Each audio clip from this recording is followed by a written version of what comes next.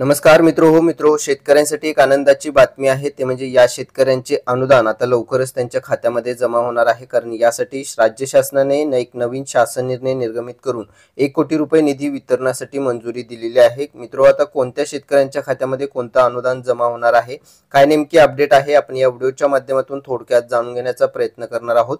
त्यासाठी मित्रो, video skip न करता नक्की शेवटपर्यंत पहा। तत्पूर्वी चॅनलवरती जर पहिल्यांदाच आला असाल तर चॅनलला नक्की सबस्क्राइब करून ठेवा आणि शेजारी दिलेल्या बेलला देखील न विसरता प्रेस करा, म्हणजे असेच नवनवीन अपडेट व माहितीपूर्ण व्हिडिओ सर्वप्रथम आपणास पाहायला मिळतील।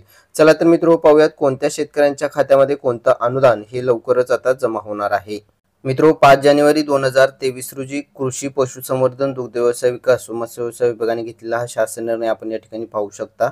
सन 2023-24 मध्ये कृषी यांत्रिकरण उपअभियानांतर्गत अनुसूचित जमाती प्रवर्गासाठी दुसऱ्या हप्त्याचा 1,41,66,667 इतका निधी वितरित करण्याबाबत हा शासन निर्णय शासनाने निर्गमित केलेला आहे।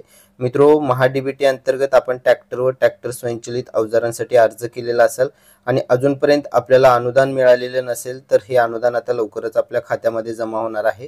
कारण यासाठी राज्य शासनाने सन 2023-24 मध्ये कृषी यांत्रिकरण उपअभियानाच्या अंमलबजावणीकरता अनुसूचित जमाती प्रवर्गासाठी केंद्र हिस्सा 85 लाख व त्यास अनुरूप राज्य हिस्सा 56,66,667 असा निधी एकूण 1,41,66,667 आयुक्त कृषी यांना वितरित करण्यात आलेला आहे। मित्रो, सदर योजनेअंतर्गत ट्रॅक्टर या बाबीसाठी अनुसूचित जाती जमाती महिला व अल्प व अत्यल्प भूधारक शेतकऱ्यांसाठी किमतीच्या 50% किंवा 1,25,000 यापैकी जे कमी असेल ते आणि इतर शेतकऱ्यांसाठी 40% किंवा 1 लाख यापैकी जे कमी असेल ते याप्रमाणे अनुदान देण्यात येते। तर मित्रो, अशा प्रकारे कृषी यांत्रिकरण उपअभियानाअंतर्गत म्हणजेच महाडीबीटी मार्फत आपण जर ट्रॅक्टर किंवा ट्रॅक्टर स्वयंचलित अवजारांसाठी अर्ज केलेला असाल, अजूनपर्यंत आपल्याला अनुदान मिळालेले नसेल, अनुदानाच्या प्रतीक्षेमध्ये आपण असाल, तर हे अनुदान आता लवकरच आपल्या खात्यामध्ये जमा होणार आहे। कारण यासाठी राज्य शासनाने हा शासन निर्णय निर्गमित करून 1 कोटी रुपये निधी मंजूर केलेला आहे। तर मित्रो, शेतकऱ्यांसाठी ही होती दिलासा देखील महत्त्वपूर्ण अशी अपडेट।